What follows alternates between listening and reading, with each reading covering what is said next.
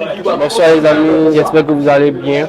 Bon, j'ai pas eu le temps pour faire le débrief de l'Argentine et Arabie Saoudite, là, ce qui s'est passé et tout ça, j'ai pas pu le faire parce que au moment où le match se jouait, j'étais un peu occupé. Mais bon, j'ai fait de mon mieux pour lancer une vidéo au moins. Bon, n'oubliez pas de vous abonner, c'est important. C'est parti. Choc, vraiment, parce que, comme tout le monde en attendait, on avait même fait de l'Argentine l'un de nos favoris, pour tout dire. Et surtout, vu la première période, on rappelle quand même qu'il y a eu 3 buts argentins qui ont été refusés pour des hors-jeux tout à fait légitimes, hein, mais voilà, ça disait quand même quelque chose de la domination argentine, même si ce n'était pas une domination extraordinaire. Il y avait quand même des vraies occasions pour les Argentins, donc on ne s'attendait pas du tout à ce scénario en seconde période. Olivier, même pas sous le choc, vous, parce que vous les avez trouvés nuls, les Argentins, gros. Non, j'ai trouvé que l'équipe d'Argentine n'avait pas de fil conducteur dans le jeu. Alors c'est vrai qu'il y a eu ces situations intéressantes en première période, où il y a eu des positions de hors-jeu, infimes certes, mais en tout cas il y a position de hors-jeu, on va pas revenir là-dessus.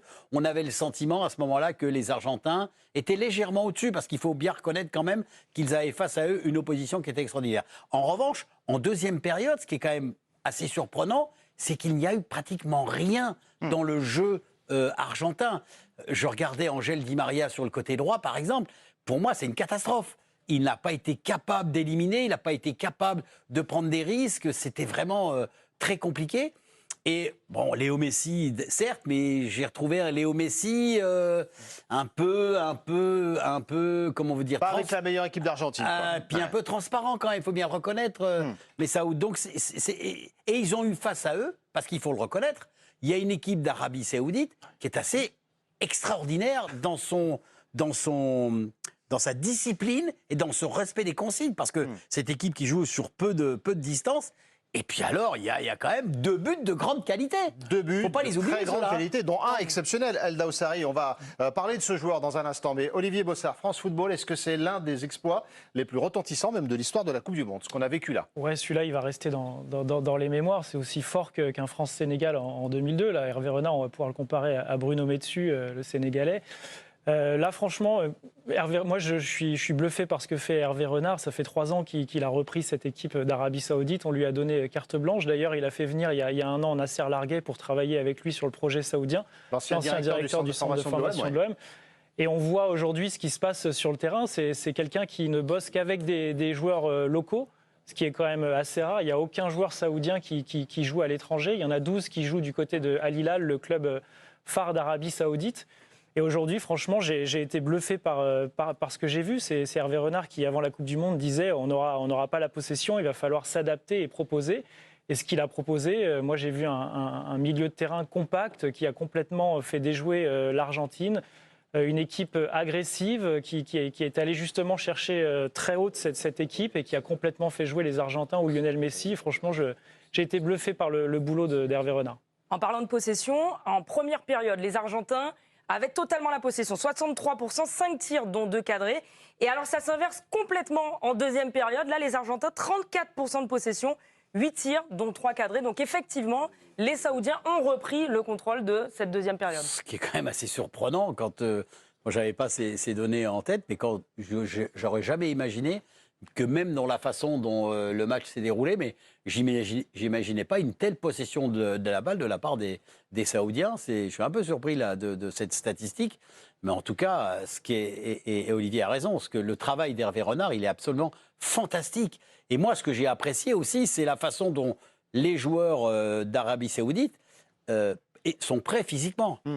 On a vu des gaillards. On a vu des gens qui vont au marquage, qui pourtant, des moments, ont laissé un petit peu de champ aux joueurs argentins, ce qui a permis d'avoir ces situations de but refusées pour hors-jeu. Mais quand même, il y a eu un travail fantastique qui a été fait. Puis moi, ce que j'ai apprécié dans cette équipe, c'est cette discipline, cette rigueur tactique. Ils ont tenu le fil du match.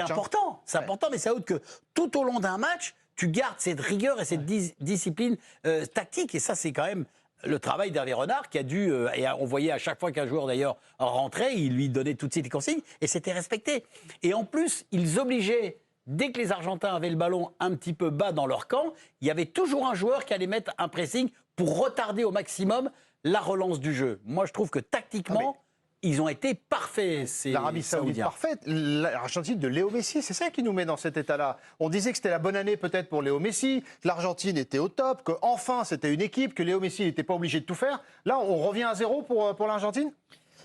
Bon, on a un petit peu ce sentiment et c'est vrai qu'on est obligé de s'attarder un petit peu sur le cas de Messi parce qu'on a cru revoir un petit peu plutôt le Messi de l'année dernière. De la saison passée en tout cas, avec un manque de fraîcheur physique. Alors on sait qu'il a été mis un petit peu au frais là, ces derniers jours.